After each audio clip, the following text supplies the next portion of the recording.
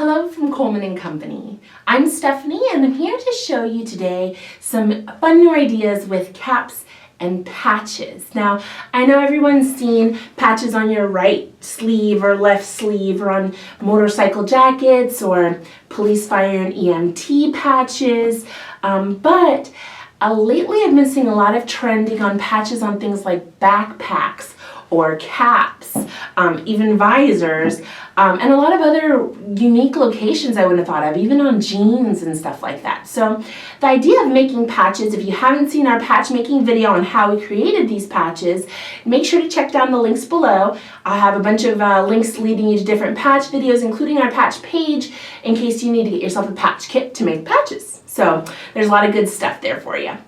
Now, traditionally, you can sew directly on a cap, of course, and you can use your cap frame and, with your stitches and backing, be able to do that. But imagine sewing 12 of these in one hoop and then being able to apply it onto the backpack or cap or sleeve or whatever else you want.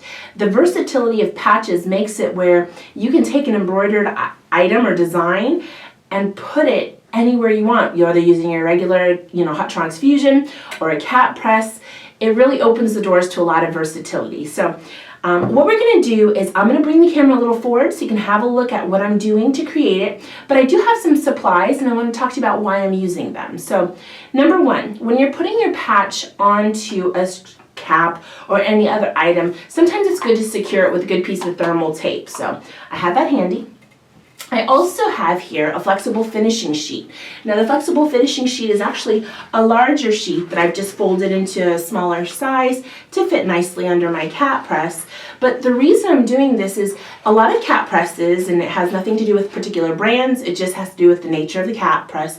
With the curved platen, you've got a rubber edge that's a very stiff edge.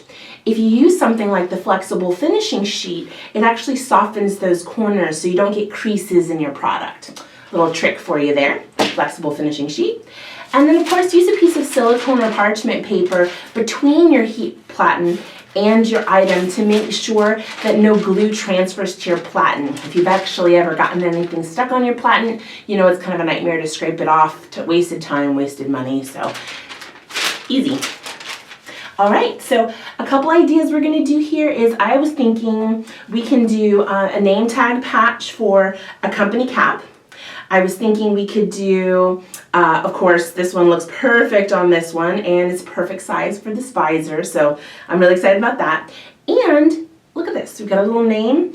Remember that you can always press things on the back of caps, so if it doesn't traditionally work with whatever you've got to sew on, you can also use a patch to apply it to kind of unusual locations. Again, patches really do open the doors to embroidery on items you would have never thought. Let's go ahead and take a closer look. Okay, so we have our cap press all cranked up to 320 degrees. It's ready to go. Now I've tested the actual pressure on this. It feels pretty good, but let me talk to you about what we're aiming to do. When you first put a cap onto the press, and here's what I was talking about that seam. Remember you've got this lever here that lowers that metal piece that you see going down, okay? That's where it tightens the cap on to make it nice and flush so that it can press nice and smoothly. Let me show you. Putting it on, lowering this, watch. See how it gets it really nice and tight? That tightness is what holds it nice and flush, but here's the thing. You can see even on camera that little edge. That edge is the edge of my platen, and then when we provide the heat to it, it's just going to exacerbate it. So that's where my recommendation of the flexible finishing sheet comes in place. Simply fold it up, place it right on top. Okay, and now it rounds that edge. There is no sharp edge anymore. So it is going to tighten it a little bit on our cap. So keep in mind that when you're putting your cap on top of it, you don't want to squish it too tight because we're not trying to squish it so much that the glue oozes out on the edge or that it's too much glue that it goes through the press. We want to make sure it's a nice, good, flush press, but not too tight, okay? So I'm actually not going to do this cap today. I want to do this visor. This visor with this patch, perfect match. So this is what I'd like to use. I'm going to go ahead and put this on. Okay, so I don't have my edge. Make sure it's under that metal piece. Okay, now since I've got my edge nice and smoothed out, I'm going to go ahead and use a piece of the tape to secure my patch in place. Again, when you close it down, sometimes it shifts, so I don't want that to happen. So put our patch in place. Just a little thermal tape just to hold it enough so that I know it's not going to move.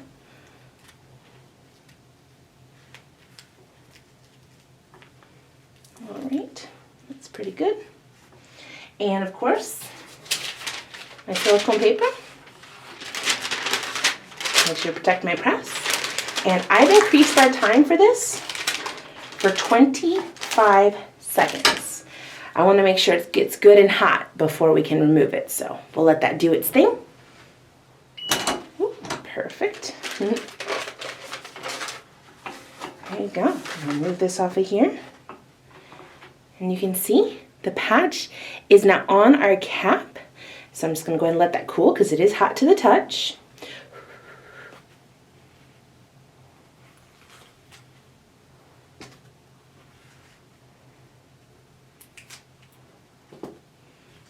And there you have it. A patch that it would have been impossible to try to sew it this close onto the brim. But now I've got a patch that fits perfectly. It's melted right on there. And I can do several of these in what you just saw is 30 seconds as opposed to sewing each one individually, making sure that it would fit in the first place. This is ready to go. There's not even any backing or stitches for my client to have to worry about scratching them. It's ready to go. It's really that easy. So if you have any questions, make sure to subscribe to our channel. Put any questions you have down below. And as always, thank you for choosing Coleman & Company. Have a great day.